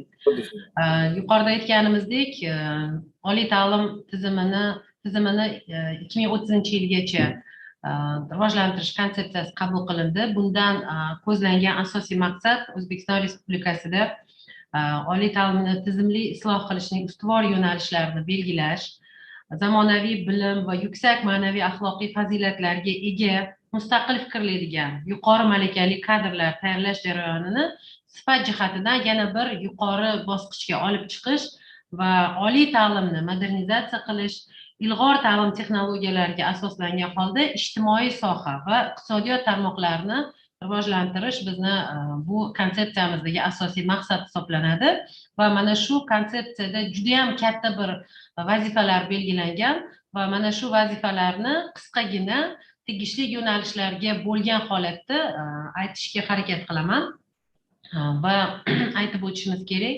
Eng birinchi yo'nalish bu ta'lim yo'nalishi va ta'lim tizimidagi o'quv jarayoni va uni yangilash masalalari va ayniqsa internatsionalizatsiya uchun juda ham muhim bo'lgan ta'lim jarayonidagi xalqarolashuv uchun muhim hisoblangan tizimlardagi o'zgartirishlar kiritish masalasi qo'yilgan. Bu konsepsiyada birinchi navbatda biz Yevropa ta'lim muhitiga yoki umuman rivojlangan mamlakatlarning oliy ta'lim tizimiga kirishimiz va umuman ular bilan hamkorlikni kuchaytirishimiz uchun eng birinchi navbatda kredit modul tizimiga o'tish talab qilindi va bugungi kunda mamlakatimizda mana shu konsepsiyada belgilangan o'quv jarayonida kredit modul tizimini joriy etish masalasi birinchi vazifa qilib belgilandi va hozirgi kunda bir qator universitetlar mana shu kredit modul tizimiga o'tgan. Ikkinchi eng muhim vazifa bu O'zbekistonda 2030-yilgacha yoshlarni oliy ta'lim bilan qamrovini 50% ga yetkazish masalasi ko'zda tutilgan. Shuningdek, juda ham katta muhim vazifa bu xalqaro tajribani e'tiborga olgan holda ta'lim standartlarini oliy ta'lim tizimiga joriy etish va juda ham yuqori sifatga ega bo'lgan, yuqori talablarga javob bo'ladigan mutaxassislarni, kadrlarni tayyorlash masalasini yangi bir bosqichga olib chiqish vazifasi ham mana shu konsepsiyada belgilangan. Eng muhim jihatlardan biri oliy ta'lim muassasalariga akademik mustaqillikni berish masalasi bu konsepsiyada ko'rsatilgan va bugungi kunda mana shu yo'nalishda ham tegishli ishlar amalga oshirilmoqda. Biz bu haqda taqdimotimizda keyinroq gaplashamiz. Va eng muhim jihat bu butun dunyoda ayniqsa pandemiya sharoitida yuzaga kelgan aloqalarni onlayn, ya'ni masofaviy tarzda boshqarish tizimini kuchaytirish uchun O'zbekistonda olib borilayotgan elektron hukumat doirasida oliy ta'lim muassasalarini, umuman oliy ta'lim tizimini elektronlashtirish, raqamlashtirish masalasi ham konsepsiyada juda ham katta bir o'rin egallaydi. Chunki oliy ta'limda raqamlashtirishsiz biz bugungi kun talablariga javob beradigan faoliyatni tashkil eta olmaymiz. Mana shu vazifa ham juda ham muhim hisoblanadi. Ilmiy tadqiqot faoliyatlarida oladigan bo'lsak, nihoyatda muhim jahondagi yetakchi oliy ta'lim muassasalari bilan hamkorlik qilish uchun, olimlar bilan hamkorlik qilish uchun bizni olimlarimiz olib borayotgan tadqiqotlarda aloqalarni kuchaytirish, ya'ni xalqaro bazalarga kiritilgan ilmiy jurnallar, shuningdek yuqori impact faktoriga ega bo'lgan ilmiy jurnallarda bizni olimlarimizni maqolalarini chiqarish masalasiga juda ham katta e'tibor qaratildi. Chunki bu narsa ilm fanni va oliy ta'lim muassasalari salohiyatini oshirish va dunyoda bu reytinglarga kirish uchun juda ham muhim hisoblangan omil bo'ladi va mana shu jarayonda xalqaro ilmiy jurnallarda chop ilmiy tadqiqot natijalarimizni chop etish vazifasi konsepsiyada alohida o'rin egallaydi. Shuningdek, mana shu vazifadan kelib chiqqan holda xalqaro titирование, ya'ni iqtiboslik darajasini oshirish va bunga imkon qadar hamma olimlarni jalb etish, ayniqsa yoshlarni ham yangi ilmiy tadqiqotlarni jalb etish jarayonida natijasida iqtiboslik darajasini oshirishga juda ham katta vazifa sifatida qaralgan. Shuningdek, bizni mamlakatimizda juda ham ko'p, har bir universitetni juda ham ko'p ilmiy tadqiqot jurnallari bor. Ilmiy jurnallarni bosqichma-bosqich mana shu bazalarga kiritish, ularning sifatini ko'tarish va ilmiy va texnik ma'lumotlar bazasida bo'lgan katta bir tan olingan jurnallar sifatida bazalarga kiritish masalasi ham vazifa sifatida qo'yilgan. Eng muhim mana shu ilmiy tadqiqot, ta'lim va ishlab chiqarish samaradorligini birgalikda hamkorligini kuchaytirish ma'nosida universitet 3 yo'nalishida shunday bir muhim vazifa belgilangan. Bu ham oliy ta'limda olib borilayotgan tadqiqotlarni, innovatsiyalarni, innovatsion faoliyatni tijoratlashtirish bilan va amaliyotga joriy etish bilan bog'liq vazifalar qo'yilgan. Yana aytishimiz kerak, bu yo'nalishda oliy ta'lim muassasalari huzurida texnoparklarni, foresight markazlarini tashkil etish, texnologiya transfer bo'lishiga yo'naltirilgan yoshlarni mana shu jarayonga jalb etishga qaratilgan markazlarni tashkil etilishi, startup loyihalarni, akseleratorlarni tashkil etishi belgilangan va bu jarayonlarda albatta xorijiy hamkorlarni jalb etish, xorijiy investitsiyalarni kiritish, turli fondlar bilan hamkorlik qilish masalalari va bu jarayonga ilmiy tadqiqotlarni kuchaytirish orqali, ilmiy asoslarni kuchaytirish orqali mana shu ijtimoiy, iqtisodiy taraqqiyotimizni alohida bir boshqa bosqichga olib chiqish vazifasi ham belgilangan.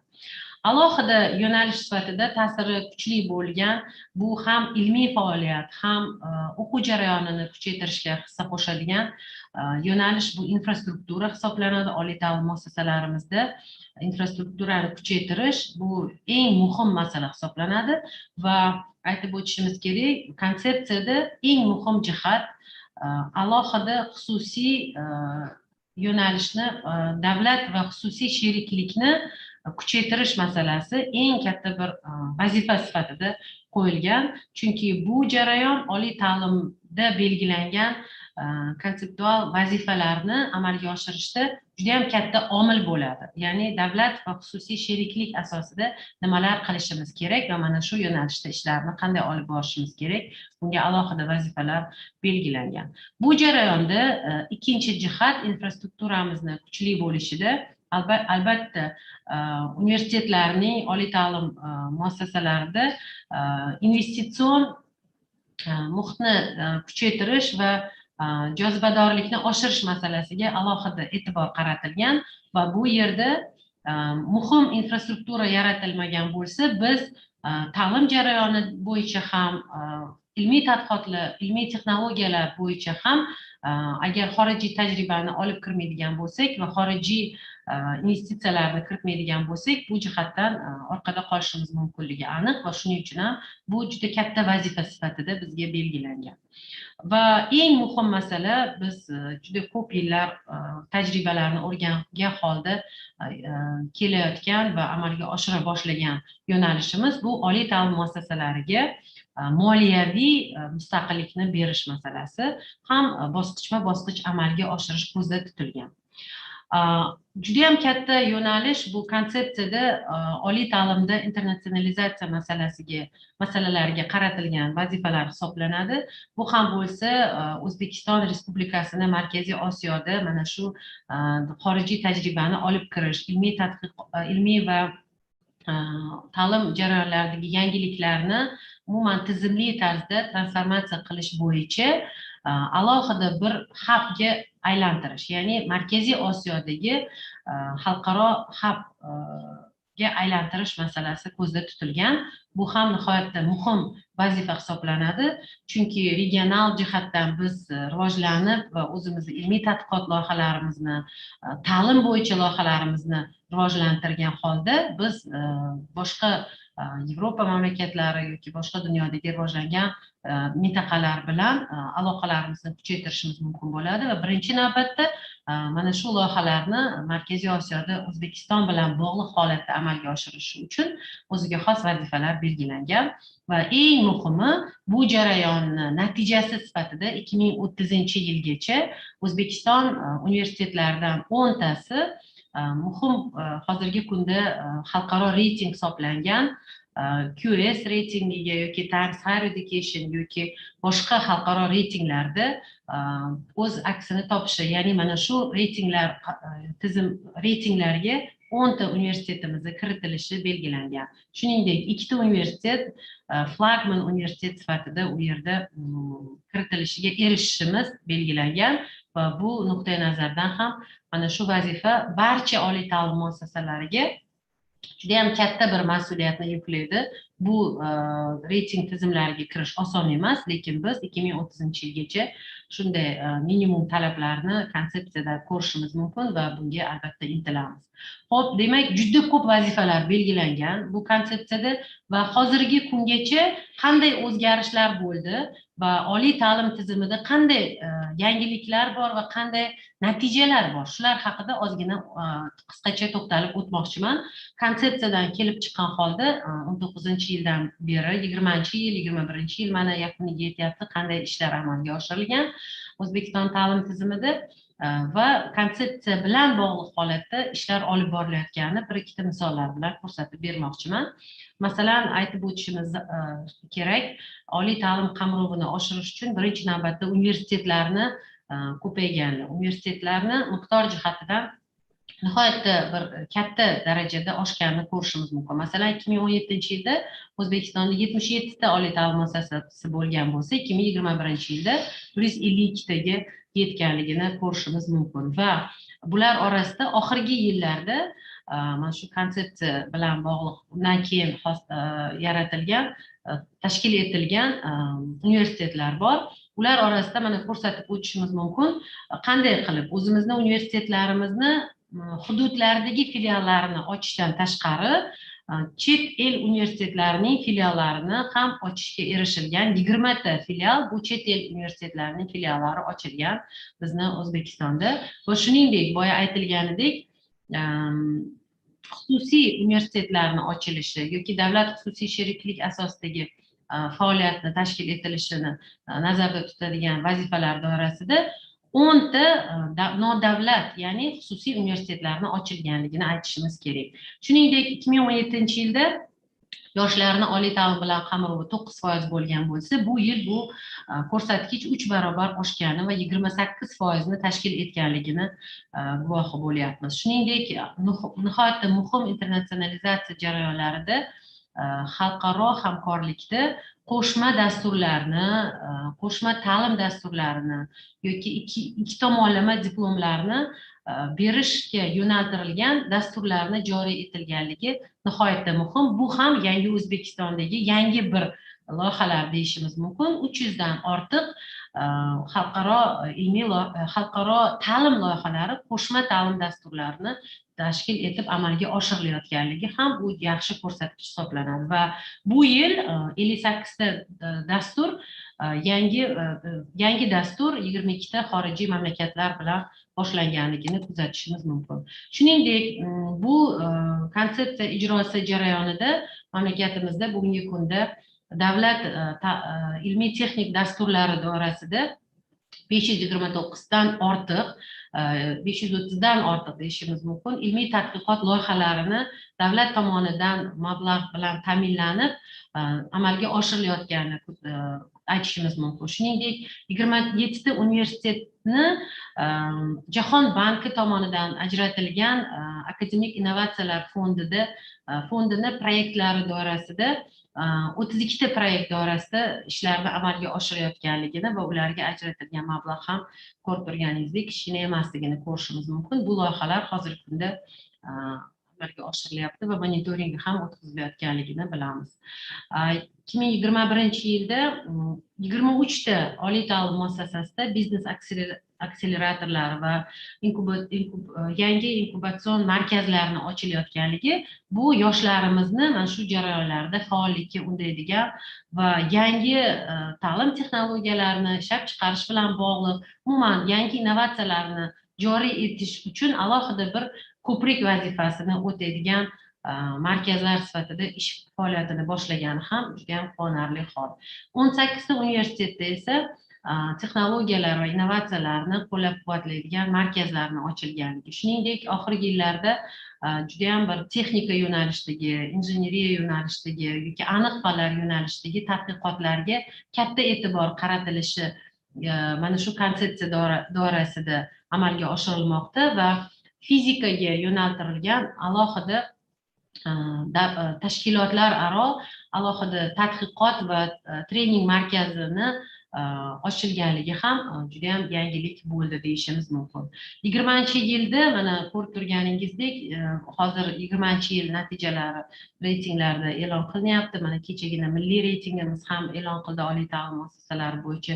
Unda ham aynan konsepsiyadan kelib chiqqan vazifalar doirasida Scopus, Web of Science va boshqa katta ilmiy bazalarda ishlaydigan, chop etiladigan jurnallarda universitetlarimiz olimlari tomonidan maqolalarni chop etishga katta e'tibor qaratilyapti va bu katta talab sifatida qo'yilgan va 2017-yilga nisbatan 4 barobar bu maqolalar chop etilishini oshganligini ko'rishimiz mumkin bo'ladi. Shuningdek, bizni raqamlashtirish siyosatimiz doirasida oliy ta'lim muassasalarida Chemis degan ta'lim tizimini boshqarish bo'yicha alohida informatsion tizim, sistema, programma ishlab chiqildi va butun mamlakat bo'ylab oliy ta'lim muassasalari mana shu Chemis dasturiga ulangan. Bu yerda butun o'quv jarayonini va umuman universitetlar faoliyatini har tomonlama to'liq tarzda bazasi yaratilib, boshqaruv tizimlari, o'qish ham, ilmiy faoliyat ham, kadrlar boshqaruv ham, boshqa hamma faoliyatlar mana shu dastur orqali amalga oshirilishi ko'zda tutilgan. Aytib o'tishimiz kerak, men juda ham bir qisqa prezentatsiya doirasida O'zbekiston oliy ta'limida amalga oshirilayotgan shu konsepsiya doirasidagi ayrim bir yangi bir yo'nalishlar yoki rivojlanib borayotgan, alohida e'tibor qaratilayotgan yo'nalishlarni aytib o'tdim va bizni hozirgi amalga oshirayotgan ishlarimiz albatta xalqarolashuv va oliy ta'lim muassasalari aro almashuvlar va hamkorlik doirasida bo'lishi nihoyatda muhim. Bugungi seminarimiz ham Erasmus Plus dasturi doirasida bo'lganligi uchun men aynan mana shu konsepsiyani amalga oshirishda Erasmus Plus dasturi doirasida qanday ishlarni amalga oshirishimiz muhimligi haqida o'z fikr mulohazalarimni aytib o'tmoqchiman. Bu ham menimcha seminarda ishtirok etayotgan qatnashchilarimiz uchun va hamkorimiz, ekspertimiz janob Oliver Vittori bilan ham kelajakda birgalikda amalga oshirishimiz mumkin bo'lgan ishlar va Erasmus Plus doirasida yangi loyihalarni yaratishimiz va ularni implementatsiya qilishimiz jarayonida muhim bo'ladi deb hisoblayman va ruxsat bersanglar shu fikrlarimni aytmoqchiman. Eng birinchi navbatda bizni konsepsiyamizda erishishimiz mumkin bo'lgan hamma yo'nalishlarda alohida loyihalarni amalga oshirishimiz muhim. Chunki akademik almashuv, akademik hamkorlik eng birinchi navbatda oliy ta'lim tizimidagi yangiliklarni bo'lishiga sabab bo'ladi. Biz bilamiz, Erasmus Plus doirasida bugungacha ham juda ko'p ilmiy loyihalar, ta'lim loyihalari amalga oshirilgan. Ayniqsa CBC loyihalari doirasida, ya'ni capacity building loyihalari asosida juda ham ko'p oliy ta'lim muassasalarida nafaqat tajriba orttirish, balki ularni moddiy texnik ta'minoti yoki o'qituvchilarni salohiyatini oshirish masalasida ham mana shu loyihalar juda ham ko'p o'rin egallagan yangiliklarni bizni ta'lim jarayonimizga olib kirish bo'yicha. Hozirgi intensiv rivojlanib borayotgan xalqaro hamkorligimiz doirasida ayniqsa pandemiya sharoiti buni yana ham bir tezlashtirdi, onlayn aloqalarimiz orqali kuchaytirdi deyishimiz mumkin. Mana shu loyihalarda albatta yangi g'oyalarni va aynan O'zbekiston tomonidan konsepsiyada aks etgan talablarga va vazifalarga ko'ra yangi prioritet, ya'ni ustuvor vazifalarni taklif qilib va mana shu vazifalar doirasida yangi turli darajadagi, turli xildagi loyihalarni Erasmus Plus doirasida ishtirok amalga oshirishimiz mumkin deb hisoblayman va bu juda ham muhim, eng katta vazifa. Va yuqorida aytganimizdek, mana shu loyihalarimizda yoki Erasmus Plus doirasidagi hamkorlarimiz bilan juda ham ko'p hamkorlar orttirdik. Haqiqatdan oliy ta'lim muassasalarida ishlayotgan jamoa, rahbariyat va professor o'qituvchilar tarkibidan loyihalar doirasida hamkorlikda juda ko'p ilmiy jurnallarda birgalikda maqola chiqarishimiz kerak va albatta titulimizni, ya'ni iqtiboslik darajasini bu yo'l bilan ham oshirishimiz muhim bo'ladi. Albatta Erasmus Plus doirasidagi loyihalarimizda bizni investitsiya jozibadorligimizni oshirish bo'yicha ham loyihalarni amalga oshirish mumkin. Chunki albatta ko'p loyiha ishtirokchilari o'z oliy ta'lim muassasalari infrastrukturasini yaxshilashda va yangi bir qattiq komponentni, ya'ni texnik jihozlash, turli laboratoriyalar tashkil etish kabi loyihalarni amalga oshirilgan va bugungi kundagi bizni tashqi siyosatimizdagi ochiqlik siyosati bu loyihalarni yanada rivojlantirish uchun juda ham katta bir sharoitlarni yaratgan va biz yangi shu kabi loyihalarni ham amalga oshirishimiz mumkin bo'ladi. Shuningdek, biz Yevropa universitetlaridan alohida akademik mustaqillik va moliyaviy mustaqillik bo'yicha tajriba almashuvni ko'proq yo'lga qo'yishimiz kerak. Chunki universitetlar aro bu yerda raqobat masalasi va o'sha reytinglarga kirish jarayonida ham mana shu o'zaro sog'lom muhitdagi raqobatni kuchaytirish masalasida bizga bular juda ham katta yordam beradi deb o'ylayman. Aytib o'tishimiz joiz, bugungi kungacha eksperiment sifatida 10 ta oliy ta'lim muassasasiga mamlakatimizda moliyaviy mustaqillik berilgan va akademik mustaqillik berilish holatlari juda ham o'sish deb qarashimiz kerak. Masalan, bizni shaxsan o'zim boshqarayotgan universitet doirasida ham moliyaviy mustaqillik ham akademik mustaqillik borasida juda ham bir katta o'zgarishlarga qadam qo'yilgan va biz bu jarayonlarda bevosita shu universitetimiz jamoasi bilan ishtirok etyapmiz va buni ham yana ham kuchaytirishimiz kerak, tajriba almashuvini. Shuningdek, yangi qo'shma loyihalar, qo'shma o'quv dasturlarini amalga oshirishimiz, double degree programmalari, joint programs, ya'ni hamkorlikdagi ta'lim loyihalarini, dasturlarini amalga oshirishimiz muhim bo'ladi. O'z o'rnida bugungi kabi texnik qo'llab-quvvatlashga qaratilgan seminarlarni talabalarimizni va o'qituvchilarimizni, shuningdek tadqiqotchilarimizni malakasini oshirishga qaratilgan, tajriba almashishimizga yo'naltirilgan va bizning konsepsiyamizni amaliyotga joriy etishimiz uchun muhim yo'nalishlar bera oladigan, xorijiy tajribani kiritishimizda omil bo'ladigan juda ham ko'plab qiziqarli interaktivlarni o'tkazishimiz, konferensiyalar, vebinarlar va turli kurslarni tashkil etishimiz mumkin bo'ladi.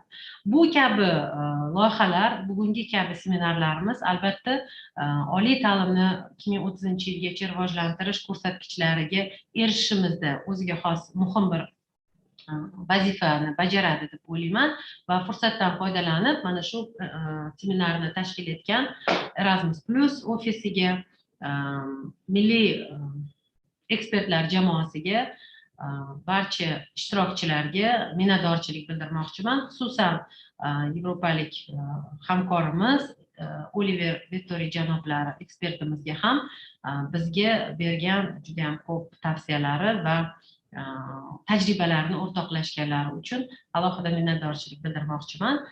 Savollar bo'lsa, javob berishga harakat qilaman. E'tiboringiz uchun rahmat. Katta rahmat Gulchehra Shavkatovna, juda ham mazmunli taqdimot uchun. Savollar qabul qilishga tayyormiz yoki takliflar yoki fikrlar bo'ladigan bo'lsa, marhamat.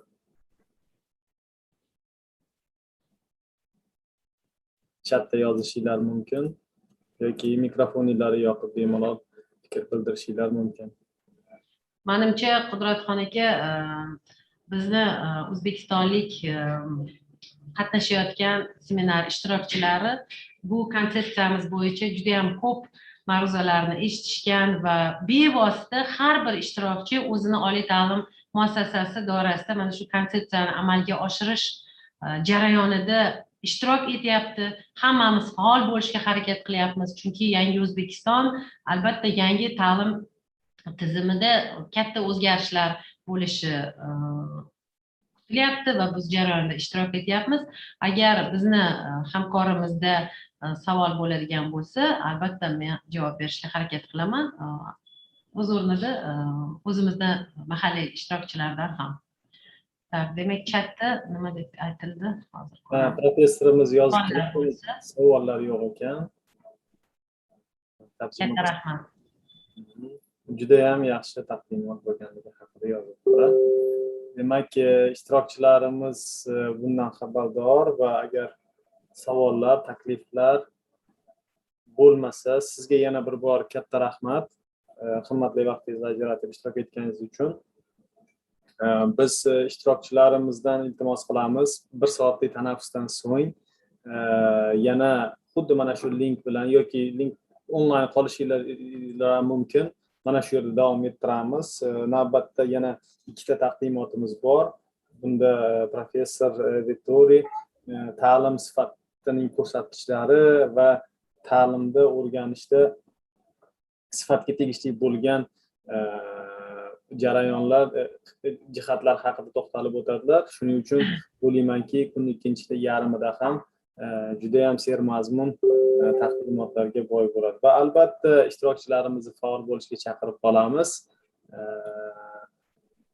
kunni birinchi yarmida demak charchoqli bo'lgan bo'lsa, ikkinchisida o'ylaymizki, qorin to'yib kelgandan keyin faol ishtirok etishadi. Takliflar va savollar bo'lmasa, tanaffus e'lon qilamiz va kunni ikkinchi yarmini tushlikdan keyin davom ettiramiz. Katta rahmat e'tiboringizga. Katta rahmat.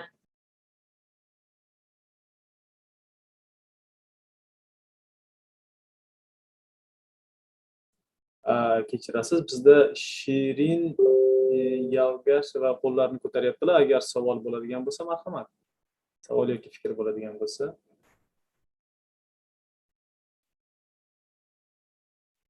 Yo'q, chiqib ketdilar.